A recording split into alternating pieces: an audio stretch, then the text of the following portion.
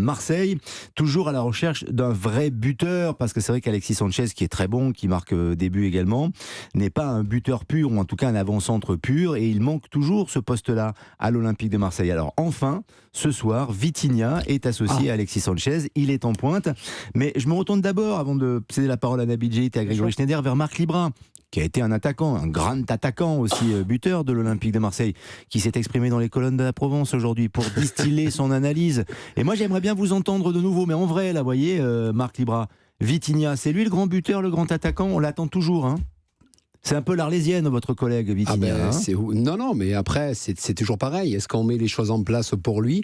Est-ce qu'on ne se trompe pas dans le timing parce qu'on lui fait payer un transfert ? Lui, c'est pas sa faute au niveau du transfert, parce que c'est le plus gros transfert de tous les temps. Est-ce qu'il rentre dans le moule de cette équipe ? Actuellement, il ne rentre pas dans le moule. C'est très difficile, parce qu'on voit qu'avec Alexis Sanchez, ça fonctionne avec un pressing constant. C'est Alexis Sanchez qui est le premier qui va aller presser.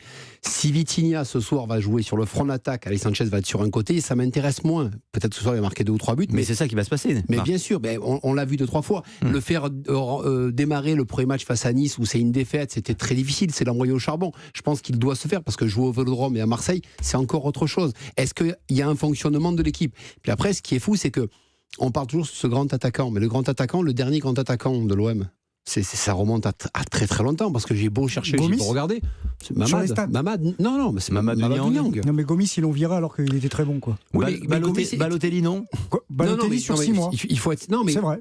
Bon, mais il faut être sérieux. On parle de mec qui est resté 3 ans, 4 ans, 5 ans et qui a marqué 100, 150 buts. Voilà. Mamadou Niang l'a fait. Et on se réfère. Oui, mais le grand attaquant aujourd'hui, regardez le Bayern, le mal qu'ils ont parce que Lewandowski est parti. Regardez aujourd'hui, le City a récupéré Haaland qui marque 40 buts, 45 buts. Mais tout va bien. C'est une denrée rare. Donc arrêtons de rêver en pensant que le grand attaquant va être le joueur que tout le monde veut, parce que tout le monde le cherche. Et la plupart des joueurs, c'est pas forcément. Chaque fois, on dit c'est le grand attaquant, parce qu'il y a eu des Magnusson, parce qu'il y a eu des Papin, il y a eu des Rudy Voleur, des Skoblar.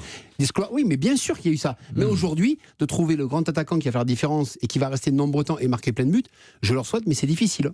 Alors, ça peut être Vitinha ?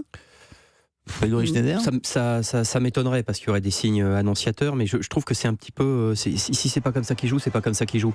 Je veux dire, non, mais Guardiola, par exemple, avant que Haaland débarque, Guardiola faisait sans avant-centre et il jouait autrement. Personne ne se posait la question quand l'Olympique de Marseille marchait sur l'eau il y a 3 mois, de savoir qu'ils n'avaient pas le mec qui allait mettre 15 buts.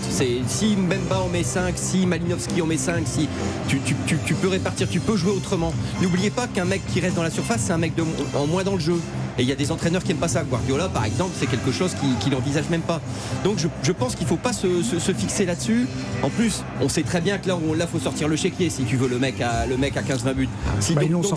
Donc c'est Longoria qu'il faut regarder. Alors je trouve, si tu joues autrement, tu joues autrement. Et jusqu'ici, Marseille a fait autrement. Alors il faut compenser collectivement, il faut marcher sur l'adversaire, il faut notamment des défenseurs qui poussent les actions et qui se retrouvent dans la surface. Mais tu fais autre chose. Il y a d'autres voies que celle-là.